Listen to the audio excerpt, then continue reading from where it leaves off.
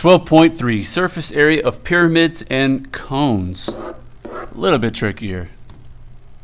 Go ahead and draw both of these images in your notes, establishing the names. Notice where the names are. The vertex of a pyramid is its pinnacle, or the apex, which is what it could also be said, or called, excuse me. This is called the slant height. The slant height is the height that is slanted on the face itself. We use the variable cursive L for that. I don't know why, but it's not a big deal because we can do it. This is a regular pyramid. Don't know why I crossed that out. All right, so make sure you had those in your notes. Find the lateral surface area. Lateral surface area is everything other than the base. So if a regular square pyramid has a height of 15 centimeters, that's this perpendicular height from the vertex all the way down to the center of the regular polygon on the base, in this case a square, and a base edge length of 16, which is marked here. It says find the area of each lateral face. There's really no need for a formula here other than the area of a triangle. In order to find the slant height, though, in order to find the area, we're going to have to use this right triangle right here to solve for it.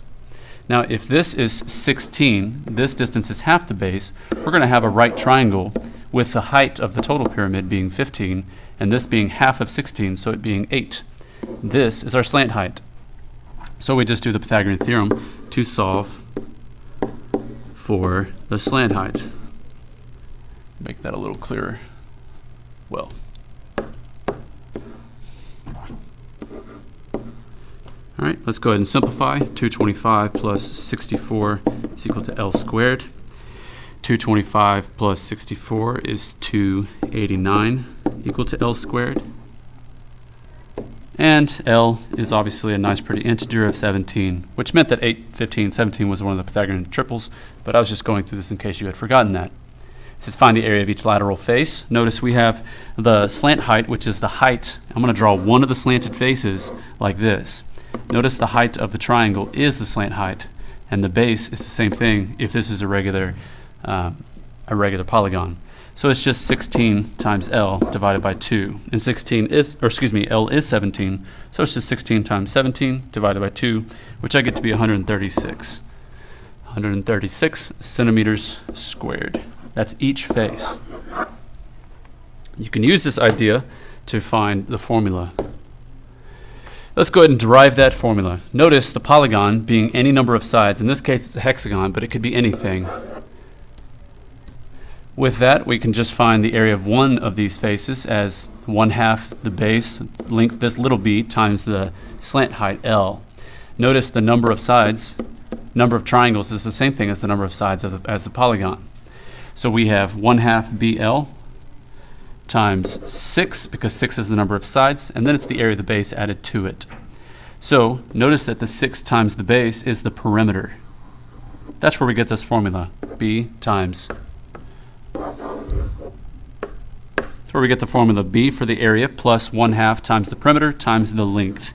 You don't have to use this formula to solve for it, but you're welcome to. It's one that's given to you. In fact, sorry about the bell. Go ahead and draw this drawing down and write this formula so you know those go together. But remember, it's just the area of the base plus the area of all the faces around lateral faces. So let's go ahead and solve this one. It says find the surface area of the regular hexagonal prism. Once again, when it says surface area, it's understood to be total. So in this case, I'm going to reason it out rather than actually using the formula. Notice this is a hexagonal base, so there are 6 triangles, 6 times the area of one of the triangles, plus the area of the hexagon. I just think it's easier to reason it out this way so you can find all the pieces you need rather than having to memorize the formula or go to your formula chart and find the values. But again, I don't care how you do it. All right, if this is a regular hexagonal pyramid, then all of these bases are the same. So the triangle is easy. It's 14, which is the slant height, times the 10, times the 6, because there's 6 of them. Area of the hexagon, a little trickier, but it does give you the apothem. So it's just 1/2 times the apothem, 5√3, times the side length, which is 10, times the number of sides, which is 6. Remembering that this is the perimeter. Well, I'll just leave it on there. All right, now it just comes down to plug and chug and simplifying, but I'm going to keep this in simple radical terms. That means I'm just going to ignore the √3 for a second. So then it's just 60 times 14 and I get 840. And I'm going to multiply all these numbers and ignore the root 3 for just a second. So 10 divided by 2 is 5. 5 times 5 times 6 is 150, and we still have the root 3. This is in simple radical terms. I think in this case I'm going to leave it like that. So it's this number of feet. And this is the total surface area, so it's area.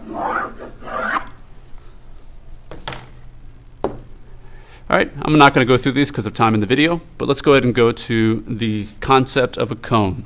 To be quite honest with you, this is very tricky in order to prove it, but the using of the formula is quite simple. And it has to do, I'm just going to talk about the proof here, but I'm not going to work it out fully in the video. It has to come down with the proportion relating the area of the sector, the area of the circle, the arc length, and the circumference. And that just helps us find that this is 2 pi r, or we know that this is 2 pi r because it's got to wrap around the circle, and we have our slant height of our cone here. But I would like to see that you've drawn this and drawn your net in your notes so that we can reference it later. But this formula, which I'll give you here, is all that you really need. And this formula is not something you need to memorize, but I would like for you to understand where it comes from. This is the total surface area, S, is equal to the area of the base, pi r squared, because the base is a circle, plus pi r L, L being the slant height. Very simple formula to use, but like I said, where it comes from is a little bit tricky to explain. So I'm just going to use the formula in this case. All right, it says a right cone is shown. What is the approximate surface area of the cone? We have pi r squared plus pi r L. This is on the formula chart. You don't need to memorize it. So we have, although memorizing would be helpful, 5 squared plus pi 5 times the slant height. Now the slant height is not given here.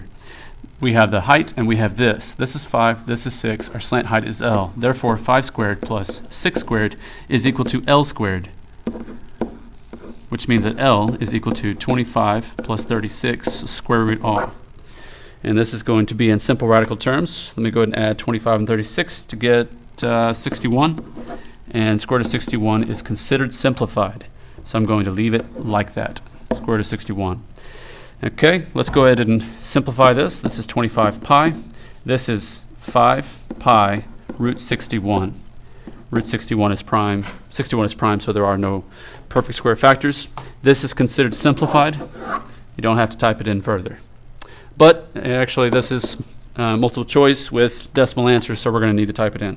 25 pi plus 5 pi times root 61. What do I get? 201.2229. So obviously that's D. All right, we have a right traffic cone. In this case, I'd like for you to pause the video and see if you get the same thing as me, remembering that the lateral surface area is only the area around and not the base. So it's just the pi RL. All right, I went ahead and solved it. Notice that the slant height was not given. We were given the height. The height is the perpendicular distance right here, not the slant height. So I had to do a little work to find that.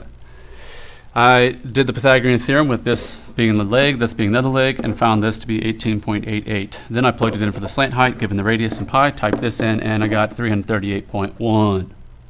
That's it for that one. All right, I think I'm going to skip that too because it's pretty much repetitive. We'll do some more practice in class, and we'll do those as well. That's it for the video.